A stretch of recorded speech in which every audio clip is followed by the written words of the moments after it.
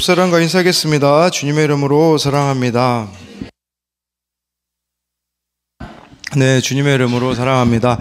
오늘은요, 어떤 하나님을 믿고 있습니까? 어떤 하나님을 믿고 있습니까? 라는 제목으로 말씀을 나누겠습니다. 어제 예찬이가요, 제 첫째 아들이 학교를 다녀왔는데, 제가 말하지도 않았는데, 저보고 그냥 이렇게 말하더라고요. 뭐라고 이야기했냐면, 민국이 얘기는 자기에게 하지 말라. 이렇게 이야기를 하더라고요. 제가 민국이라는 단어를 꺼내지도 않았는데, 분명히 그 아이랑 좀 문제가 생겼기 때문에 저보고 말도 하지 말라. 이렇게 이야기를 하더라고요. 그래서 한결이를 데리러 가는 길에 무슨 일이 있었는지 이렇게 물어봤습니다. 보니까 예찬이랑 민국이가 이제 같은 반입니다. 학교에서 1학년, 이렇게 같은 반인데, 같은 태권도를 다니는데 그 태권도에 한 명의 친구가 더 있습니다. 우리 예찬이가 유치원 다닐 때 진원이라는 아이도 있는데, 이 셋이 친구인 것이죠. 근데 어제 태권도 차에서 이 진원이가 핸드폰이 있기 때문에 예찬이에게 같이 이렇게 만화 영상을 보자고 했나 봅니다. 근데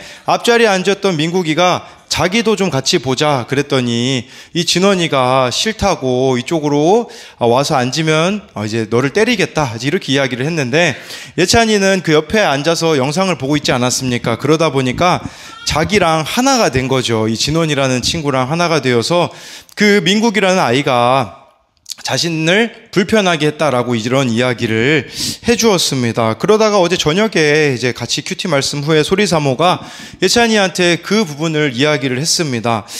예찬이가 만약에 민국이었다면, 이 진원이랑 민국이가 같이 영상을 보고 있는데 예찬이 만약에 내가 이렇게 와서 보겠다고 했는데 친구들이 거부하면 어떨 것 같니? 그랬더니 예찬이가 정말 싫을 것 같다라고 이렇게 이야기를 했습니다. 그러면서 예찬이가 핑계대는 게 뭐냐면, 민국이가 울지 않았으니 괜찮다라고 이제 이렇게 이야기를 하더라고요. 근데 그 마음의 상처는 그게 꼭 울어야만 드러나겠습니까? 그러면서 결국 문제가 무엇일까를 보니까 예찬이가 영상 보는 것을 좋아하기 때문에 그것으로 인해서 생긴 사건이라는 생각이 들었습니다. 그러면서 왜 예찬이는 영상을 좋아할까? 이제 유튜브 같은 거 보는 걸 좋아하는 이유는 저의 삶의 결론입니다. 왜냐하면 제가 토요일에 설교 준비한다고 바쁘다고, 누구도 청소년이나 청년들 신방한다고 바쁘다고 예찬이 한결이를 때로가 아니죠, 자주 영상을 보게 했기 때문에 그것으로 인한 저의 그 삶의 결론이라는 것이 깨닫게 되어졌습니다. 그러니 예찬이 영상 안 보게 하려면 어떻게 해야겠습니까? 다른 게 아니라 같이 놀아주면 되거든요. 아이들과 놀아주면 돼서 어제 제가 그 적용으로 예찬이 두발 자전거를 이제 가르쳐 줬습니다. 그래서 4발 자전거 바퀴를 2개를 떼고 자전거를 열심히 태웠더니 오늘 아침에 또 다리가 너무 아파서 물론 학교를 안 간다는 얘기를 하긴 했지만 각신히 보내기도 했는데요. 무엇을 이야기하고자 하는 거냐면, 우리가 어떤 문제가 있을 때 누군가의 탓을 하기에는 너무 쉽습니다. 그냥 예찬이 혼내기만 하는 것은 누구나 할 수 있는 일이겠죠. 다른 사람의 죄를 지적하는 것은 너무나 쉽습니다. 그런데 그 가운데 나의 모습을 보기란 쉽지 않다라는 겁니다. 사실 우리 주위에서 일어나는 일들을 보면요, 다 나의 모습을 보라고 주신 사건인데, 문제인데 내 모습은 안 보이니 답답하고 밉고 원망스러운 것입니다. 우리의 특징은 뭔지 아십니까? 다른 사람에 대해서는 답을 너무 쉽게 내려줍니다. 다 답이 보이는 것 같아요. 그러나 내 자신에 대해서는 왜 이럴까? 근데 다른 사람에게 물어보면 분명히 알 수 있는 영역인데 우리는 물어보려고도 하지 않는 모습이 있지 않느냐라는 겁니다. 우리 스가랴 7장 1, 2절 말씀에 보면요, 이렇게 스가랴에게 물으러 왔던 사람들이 있습니다. 우리 1, 2절 같이 보겠습니다. 시작. 그 다리오 왕 제4년 9째 달 곧 기슬레월 4일에 여호와의 말씀이 스가랴에게 임하니라. 그때에 베델 사람이 사레셀과 레겜멜렉과 그의 부하들을 보내어 여호와께 은혜를 구하고, 1절에 보니까요, 이때가 언제냐 대충 계산해 보면요, 하나님께서 스가랴 보고 8가지 환상을 보여주시면서 성전을 지으라고 했습니다. 첫 번째 성전인 솔로몬 성전은 무너졌기 때문에 이제 바벨론에 70년 동안 살다 돌아온 이들에게 두 번째 성전인 수르바벨 성전을 지으라고 했습니다. 그래서 그들이 짓기 시작한 지 2년 후였습니다. 그러니까 성전 건축이 시작되는 그때에 이제 누가 찾아오게 되어지냐면요, 2절 말씀에 보니까 베델 사람 사레셀과 레겜멜렉과 그의 부하들이 찾아왔다라고 말씀해 주고 있습니다. 여러분, 이 베델이라는 곳은요, 이 이름을 누가 지어줬냐 하면 야곱이 지었습니다. 야곱이 형 에서의 그 장자권을 뺏고 도망갈 때에 그때 하나님을 처음 만났던 곳이 원래 이곳은 루스라고 했습니다. 그런데 그곳에서 야곱이 하나님을 만나자 이름을 베델로 바꾸었습니다. 베델은 베트엘 해서요, 하나님의 집이라는 뜻을 가지고 있습니다. 그렇게 하나님을 예배하는 곳이었던 이 베델이 나중에 어떻게 되냐면요, 이스라엘이 북이스라엘과 남유다로 나눠지게 되는데 북이스라엘에 속한 땅이 됩니다. 이 베델은요, 단과 베델이라는 지역은 그의 우상 숭배를 하는 지역으로 바뀌게 되었습니다. 그 우상 숭배하고 있는 지역 사람인 이 사람들이 스가랴 선지자를 찾아왔다라는 것은 우리들에게 무엇을 말하는 것이라고 할 수 있겠습니까? 우리말로 말하자면 황폐해진 곳, 더 이상 가능성이 없는 곳, 이곳을 변화시키려면 어떻게 해야 됩니까? 라고 물으려 왔다라는 뜻이에요. 변화되어지지 않고 힘든 그곳이 여러분들에게는 어디가 되겠습니까? 누군가가 아직 하나님께 돌아오고 있지 않다면 그 사람들을 바라볼 때 그곳이 바로 힘든 곳, 여러분 가정 가운데 아직 예수님을 믿지 않는 사람이 있는 그곳이 베델이다 라고 할 수 있지 않겠습니까?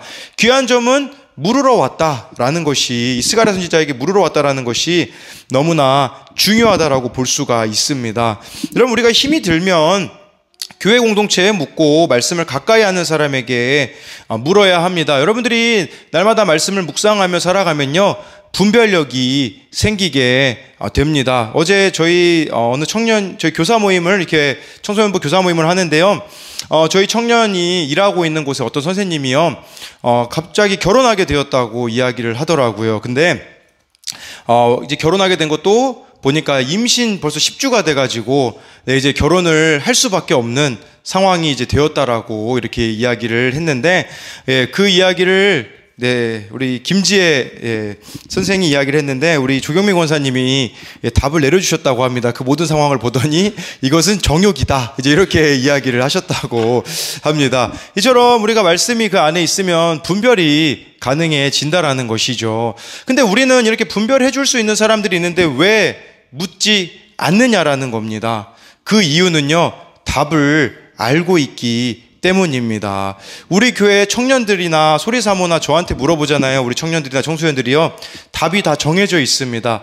새벽기도 나와라, 금요기도 나와라, 큐티 해라, 이게 다 답이 정해져 있다 보니까 저희들에게는 잘 물으려고 하지 않는 것 같습니다. 그냥 나에게 편안한 이야기 해주는 사람, 그냥 내 감정 조금 이렇게 헤아려 줄 수 있는 사람에게만 이야기를 들으려고 하다가 안 되니 저희들에게 묻는 경우가 얼마나 많은지 모릅니다. 이 베델 사람도요, 참 귀한 점은 뭐냐면 물으려고 했다라는 거, 이게 너무나도 귀하다라는 것이에요. 그랬을 때 하나님이 스가랴 선지자를 통해 분별을 해주십니다. 우리 4절 5절 말씀 같이 읽어보도록 하겠습니다. 시작.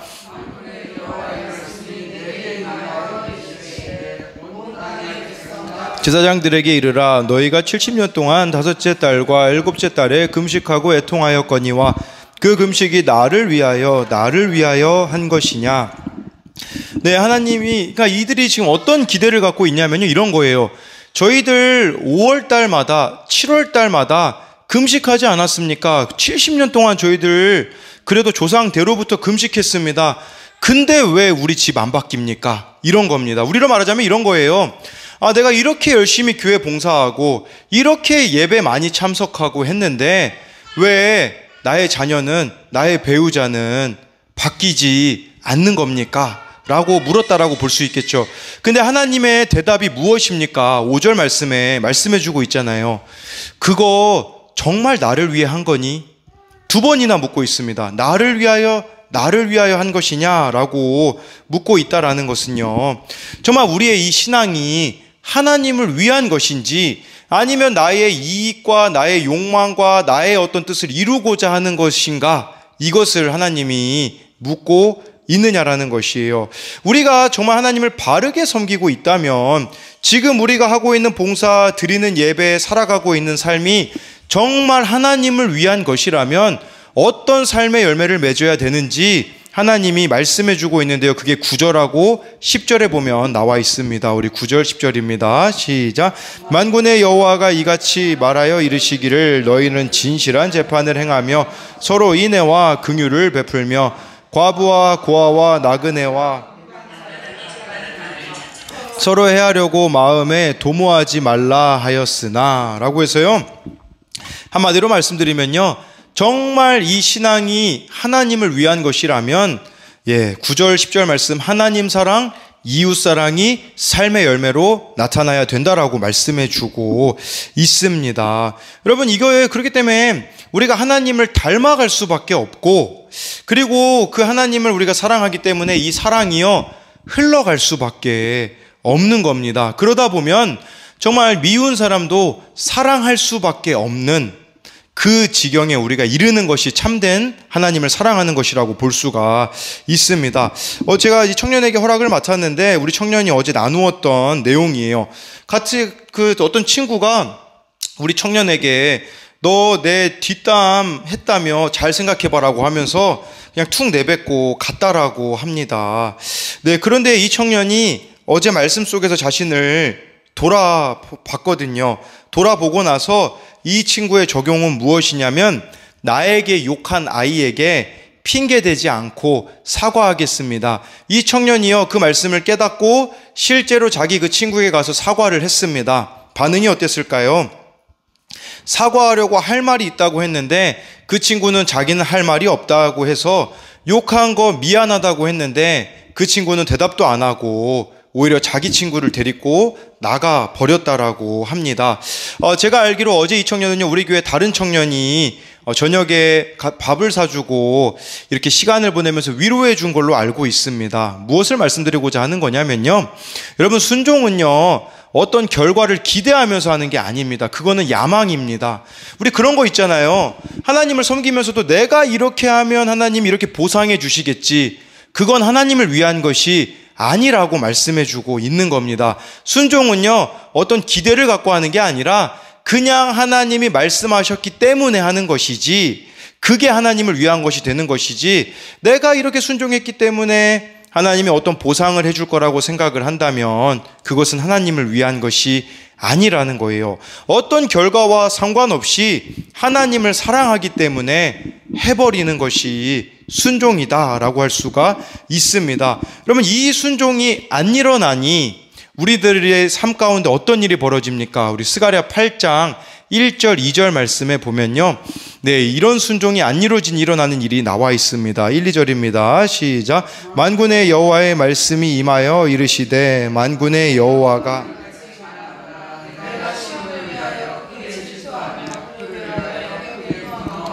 질투하노라.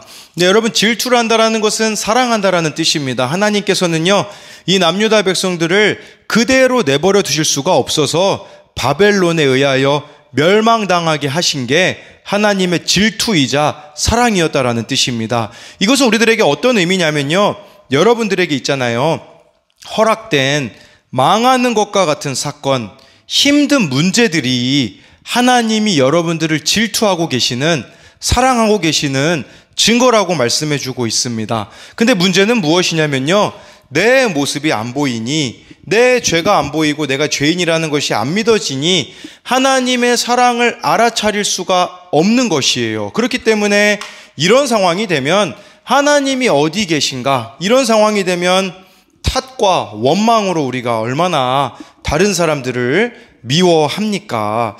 예, 저희 청년이 이렇게 쓴 나눔인데요, 하나님께서 이게 이 친구에게 준 그 망하는 것과 같은 사건이 있었다고 합니다. 그것은 뭐냐면 어머니에 대한 부분이었다고 합니다. 어머니께서는 현재 3주째 교회를 안 나오고 계신다. 어머니께서 교회를 나오기 시작한 첫날, 그날 나는 대예배 시간에 엄마와 함께 앉아 예배드리면서 펑펑 울었다.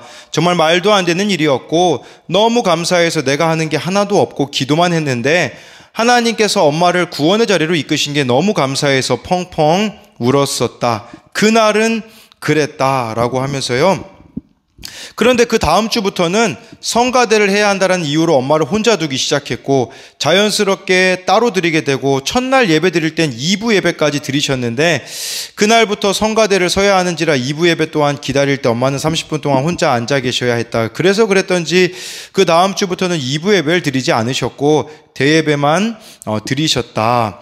나는 솔직히 내가 엄마를 혼자 두었기 때문에 엄마가 교회 나오지 않는 것이라고 생각을 했었다.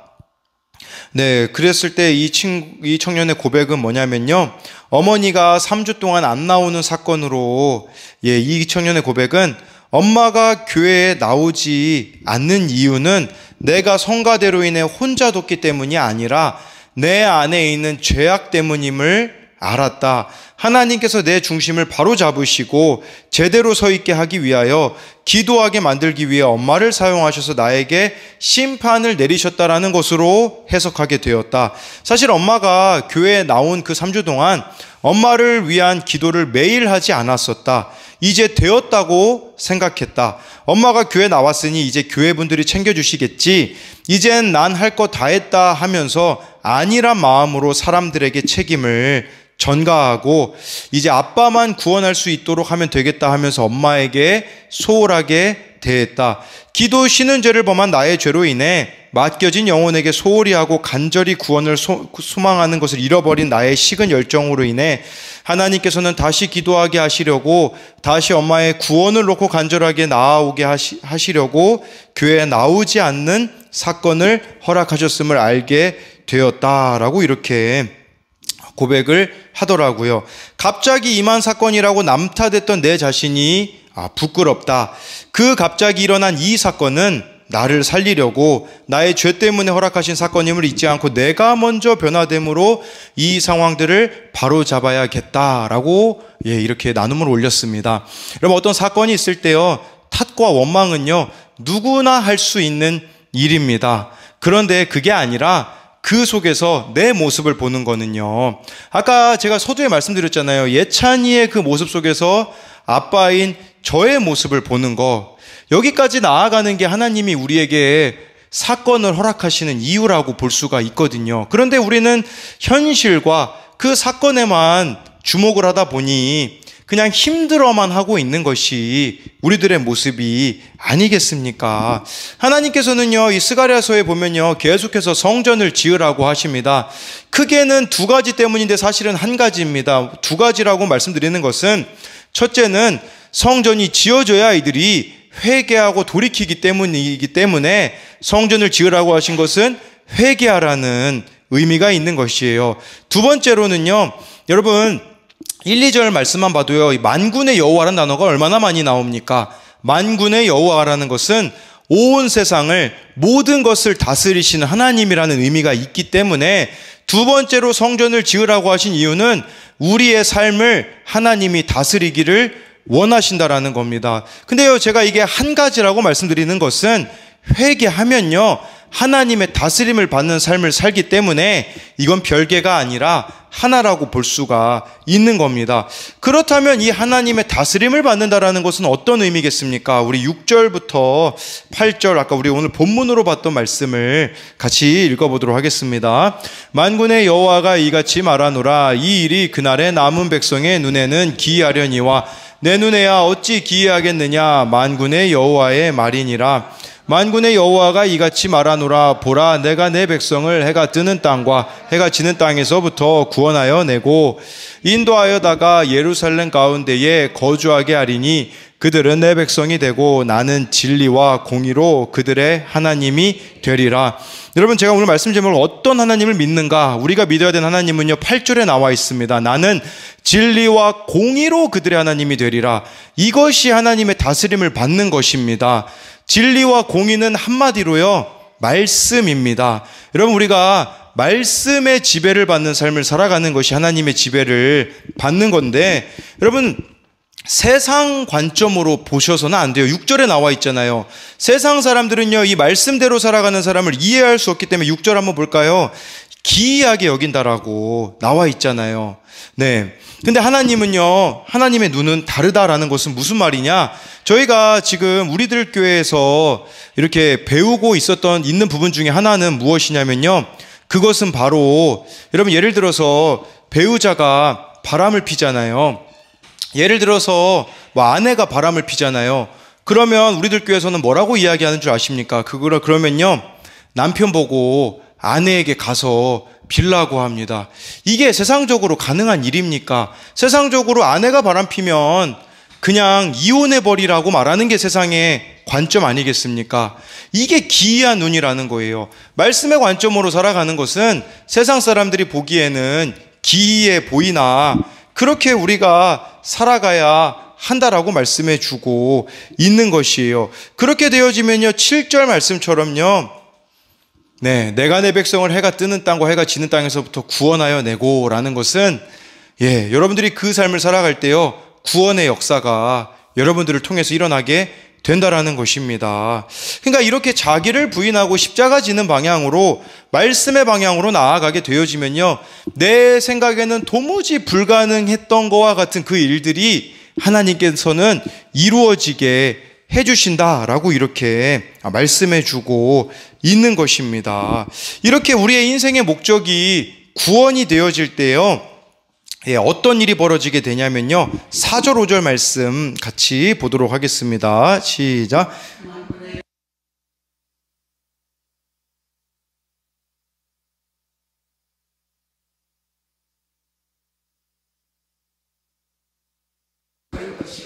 그 성읍 거리에 소년과 소녀들이 가득하여 거기에서 뛰놀리라. 근데 여기서 말하는 늙은 남자들, 늙은 여자들, 소년은요, 되게 어린 아이들을 뜻합니다. 그 당시 이 말씀의 배경으로 보자면 이 사람들은 사회적으로 봤을 때는 쓸모가 없어 보이는 사람들이었습니다. 그런데요, 우리가 하나님의 말씀에 붙들려서 인생의 목적이 구원이 되잖아요. 그러면 이런 자들을 존귀하게 여기게 된다라는 겁니다. 우리 인생에 쓸모없어 여겨지는 자들이 있지 않습니까? 이 쓸모없어 여겨진다라는 것은 여러분들을 힘들게 하는 사람들이 있지 않습니까?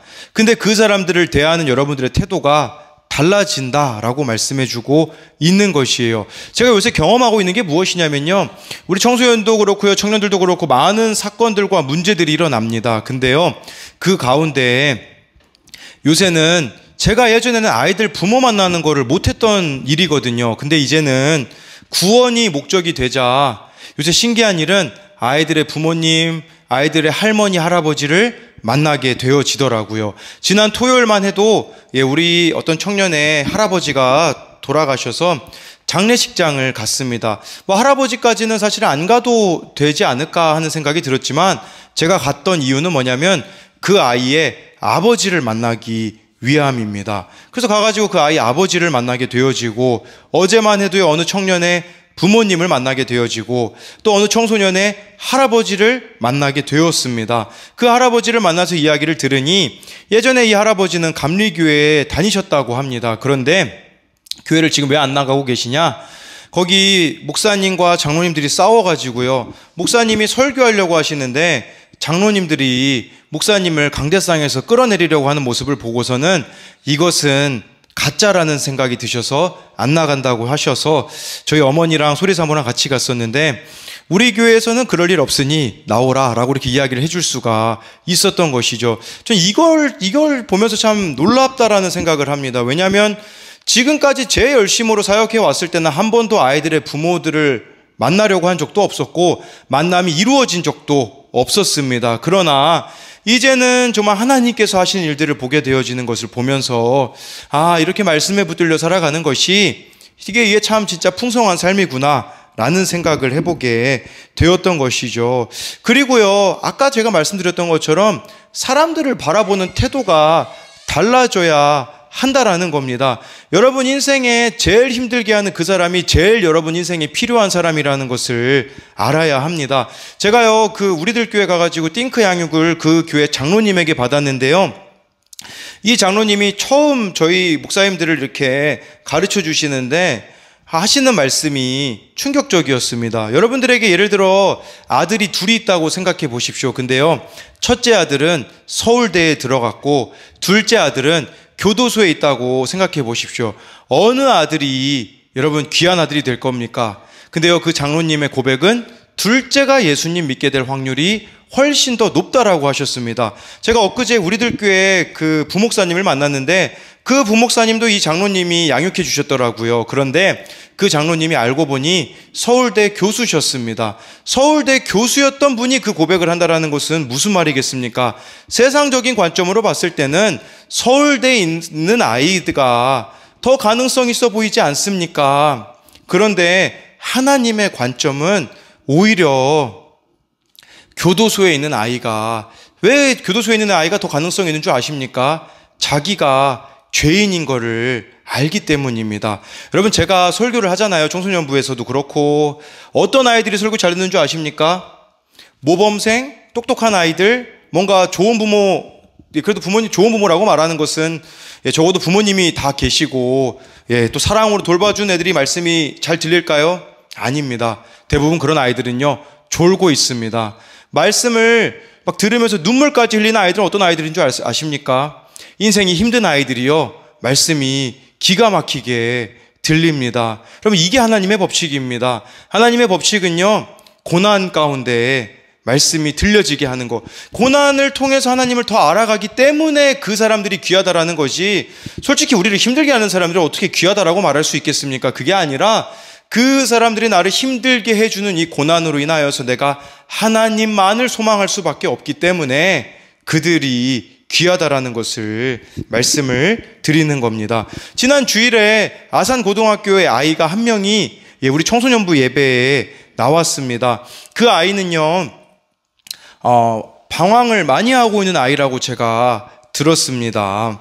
그런데요, 또 우리 교회 청년도 여기 아산고등학교에서 이렇게 사서교사로 있기 때문에 청소년부 예배에 같이 왔는데, 제가 그 청년에게 저녁에 연락을 했습니다. 어떻게 그 아이가 이렇게 청소년부 예배에 나올 수 있었냐라고 묻자, 이 아이가 오고 싶어 했다라고 이야기를 하면서요, 이렇게 이야기를 하더라고요. 이 친구에 대해서 어떻게 대해줘야 되고 어떻게 해야 될지 잘 모르겠다라고 이제 이야기를 하더라고요. 그래서 제가 그 청년에게 이런 대답을 해줬습니다. 제가 10년째 하고 있는 고민이 그 고민인데요, 너무 많은 기대를 하지는 마세요. 실망이 크니까요. 근데요, 한 가지 확실한 게 있는데, 그 아이를 통해서 이 아이를 품기를 원하는 그 우리 청년의 삶이 바뀔 수 있는 기회가 될 거라고 이야기를 해 주었습니다. 그랬더니 이 청년이 이런 고백을 하더라고요. 그래요, 맞아요. 저는 33년째 안 변하고 있잖아요. 이 청소년이랑 저랑 다를 바가 없거든요. 이건 진짜 하나님을 믿는 수밖에 없는 것 같아요. 내 힘으로 하면 포기가 될 것 같고요, 믿고 나아가면 제가 변화가 되겠죠. 부목사님, 저도 기독교 동아리를 위해서 기도할게요. 영혼 구원 아직도 어렵거든요. 그런데 그 아이가 더 나쁜 길로 빠지지 않았으면 하는 그 마음이 다른 영혼의 구원을 바라는 마음이라고 생각하니까 좀 와닿더라고요. 제가 처음으로 다른 영혼의 구원을 위해서 기도하는 대상은 이 아이가 될 것 같습니다 라고 하면서, 이 청년이요, 한 번도 다른 사람을 위해서 기도할 때에 울어본 적이 없다고 합니다. 그러나 이 아이를 위해서 기도할 때는 그렇게 많이 눈물이 난다라고 고백을 해주더라고요. 그런 관점에서 보자면 이 아이가 정말 예수님을 잘 믿게 해주는 귀한 아이가 아니겠습니까? 여러분, 십자가 지라고 하는 거, 자기 부인하라고 하는 거, 말씀대로 살아가라고 하는 거 짐처럼 여겨지고 어려울 수 있습니다. 근데요, 제가 요새 깨닫는 게 무엇인 줄 아십니까? 두 가지를 크게 깨닫습니다. 한 가지는요, 제 마음이 천국입니다. 제 마음이요, 평안합니다. 문제가 없기 때문에 그런 게 아닙니다. 근데 진짜 하나님이 나와 함께 하시다라는 게 믿어지니 제가 월요일 날 학교를 가면서 그런 고백을 하게 되더라고요. 하나님, 진짜 제 마음의 천국을 누리는 게 이런 거군요 라는 고백을 할 수가 있었습니다. 여러분, 저에게 약점은 인정이지 않습니까? 근데요, 진짜 하나님 앞에 인정 중독이라는 것을 회개하며 나아가잖아요. 진짜 하나님이 인정해 주시더라고요. 그러니까 우리 생각에는 이거를 내려놓아가지고 끝인 것 같거든요. 근데 끝이 아니라 하나님이 인정해 주시는 삶이 무엇인지를 가르쳐 주시더라고요. 제가 막 인정받으려고, 사람들의 인정을 받으려고 얼마나 열심히 했습니까? 성대결절 수술하고 나서도 2주 동안 말하지 말라고 했는데 그 다음날 가가지고 청소년을 만났던, 그래서 카톡으로 이렇게 대화를 했었던 그런 자기 열심에 빠졌던 사람이 바로 제가 아닙니까? 자기 열심으로 얼마나 학교 앞에 열심히 갔습니까? 근데요, 학교 앞에 그렇게 자기 열심으로 갔는데 무슨 열매가 있었습니까? 그런데 제가 그 인정이라는 것을 내려놓고 자기 부인을 하자 어떤 일이 벌어졌습니까? 학교 안에 들어가게 되어지고요. 요새요, 저를 인정해 주시는 분들이 많더라고요. 그 중에 하나는 지난 월요일에 우리들 교회 부목사님을 만나서 이런저런 이야기를 하니까 그 부목사님이 저에게 그렇게 얘기하시더라고요. 지금 목사님 나이에 이렇게까지 이 방식으로 열심히 하는 목사님을 제가 본 적이 없습니다. 그 목사님은 수많은 목사님들을 이 우리들 교회랑 네트워크로 연결하고 다니시는 분이거든요. 그런 이야기를 듣지 않나. 또 학교에서도요, 제가 저희 교수님한테 인정을 받아본 적이 한 번도 없습니다. 이 교수님은요, 제 소원이 뭐냐? 그 교수님 과목에 A 플러스 받아보는 게 소원입니다. 항상 제 점수가 95점이 넘어야 A 플러스거든요. 근데 항상 그 교수님에게 받는 점수가 94점이었어요. 이 교수님에게 인정을 받아본 적, 칭찬받아본 적이 제가 한 번도 없습니다. 그런데 제가 이 자기 열심으로부터 오는 인정을 내려놓고 지금 논문을 쓰고 있거든요. 이 논문도요, 제가 노력으로 쓸 수 있는 게 아니더라고요. 그냥 하나님 앞에 지혜를 구하면서 하나하나 해가니 어떻게 써야 될지를 하나님이 가르쳐 주셔가지고 열심히 써서 지난 월요일에 교수님에게 보여주니 제가 그 교수님에게도 처음으로 인정을 받았습니다. 예, 강 목사님은 정말 글을 잘 쓰네요 라고 하면서, 네, 제가 그렇게 제 열심으로 받으려고 했던 인정이 그 전에는 받을 수가 없었지만 하나님 앞에 내 자신을 내려놓으니 하나님께서 하시는 것들을 보게 되어지는 것이죠. 여러분, 그렇기 때문에 말씀에 순종하라는 거, 자기 부인하라는 거, 십자가 지라는 것은요, 여러분들 보고 망하라는 것이 아닙니다. 그게 진짜 인생을 인생답게 만들고 그게 진짜 우리를 살게 만드는 길이기에 저와 여러분들이 이 길을 같이 갔으면 하는 마음에 말씀드리는 것이 아니겠습니까? 정말 그렇기에 이제 저희가 이제 4월 달까지가 여기 포스터도 많이 붙여놨지 않았습니까? 이제 우리들 교회에서 5월 22일부터 25일까지 목욕탕 세미나가 있는데 정말 여러분들이 정말 죽고 싶고 힘든 일들이 있다면 같이 가셨으면 좋겠어요. 저도 갈 수밖에 없게 되었거든요. 거기서 이제 패널로 우리 교회를 또 소개할 수 있는 기회를 얻게 되어서 갈 수밖에 없으니 여러분들도 그곳에 가시면요, 수많은 죽을 수밖에 없는 인생들이 살아난 간증들을 보게 되실 겁니다. 제가 그냥 하는 얘기가 아니라 제가 작년까지만 해도 목사를 그만두고 싶을 정도로 힘들어했던 사람이 바로 저거든요. 제가 죽을 것 같았습니다. 근데 제가 가가지고 살아났기 때문에 여러분들에게 말씀을 드리는 것이니 여러분 정말 오늘 그때그때 주시는 이 말씀대로 여러분들이 순종함으로써 어떤 하나님을 여러분들이 고백하는지는요, 정말 이 십자가 앞에서 자기를 부인하고 자기 십자가를 짐으로써 나아가는, 그리하여서 다른 사람들을 변화시키려고 하는 게 아니라 내가 하나님 앞에서 늘 변화되어지는 그 하나님을 믿고 만나고 누리는 저와 여러분들이 되기를 소망합니다.